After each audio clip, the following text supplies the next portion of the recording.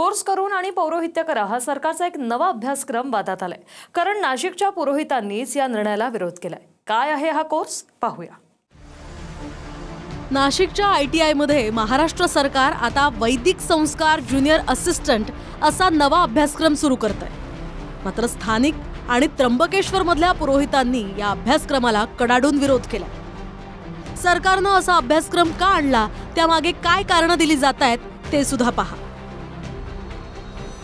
सिंहस्थ कुंभमेळ्याच्या पार्श्वभूमीवर महाराष्ट्राच्या इतिहासात पहिल्यांदाच असा अभ्यासक्रम राबवला जातो। ITI मध्ये विद्यार्थ्यांना आता सरकार आधुनिक तंत्रशिक्षणासोबतच वैदिक मंत्रांचं प्रशिक्षण देणार आहे। कुंभमेळ्यात विविध पूजांसह नारायण नागबळी, कालसर्प अशा अनेक पूजा होतात। त्यावेळी पुरोहितांची कमतरता भासू नये म्हणून अल्प मुदतीचे रोजगारक्षम अभ्यासक्रम असा उपक्रम सरकार राबवत असल्याचं सांगितलं जातं। त्या अभ्यासक्रमाला वैदिक संस्कार ज्युनियर असिस्टंट असं नावही दिलं गेलंय। यात विद्यार्थ्यांना वैदिक संस्कार आणि मंत्रोच्चारांचं प्रशिक्षण दिलं जाणार आहे, ज्यामुळे कुंभमेळ्यात योग्य प्रशिक्षण घेतलेले पुजारी उपलब्ध करण्याचा मानस आहे। 250 तासांचा हा अभ्यासक्रम आहे। शैक्षणिक पात्रता यासाठी 8वी पास असेल, तर ऑनलाईन अर्ज आणि त्यानंतर मुलाखत घेऊन विद्यार्थ्यांची निवड होणार आहे।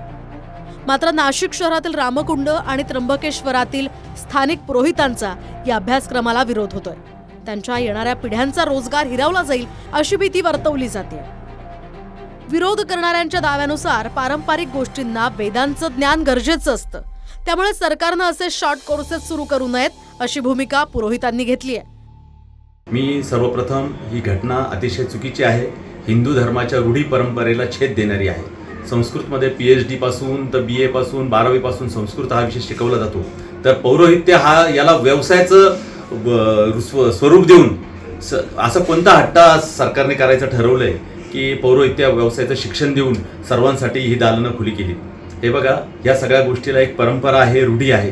तीर्थ पुरोहित नावाची संकल्पना आपल्या पूर्वजांनी अस्तित्वात आणलेली आहे, पण याने आपल्या धर्मशास्त्राची, रीतिरिवाजांची आणि हिंदू संस्कृतीची धज्जी उडेल यात मात्र तिळभर शंका नाही। एक प्रसंगी वेळ पडली तर आम्ही रस्त्यावर सुद्धा होतो।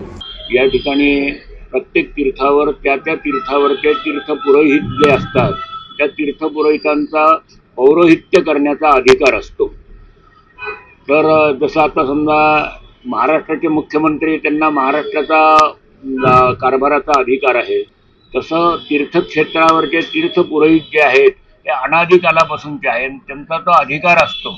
इथे 350 घराणे तीर्थ पुरोहितांचे आहेत आणि त्यांना अनादी कालापासूनचे इथल्या सगळ्या तीर्थविधी आणि इथलं महात्म्य हे माहिती असतं। इथल्या जे तीर्थ पुरोहित 350 घराणे, या व्यतिरिक्त जे तीर्थावरचे तीर्थ पुरोहित नाही आहेत तर त्यांचा हा अधिकार नाही आहे। Bureau report, TV9 Marathi.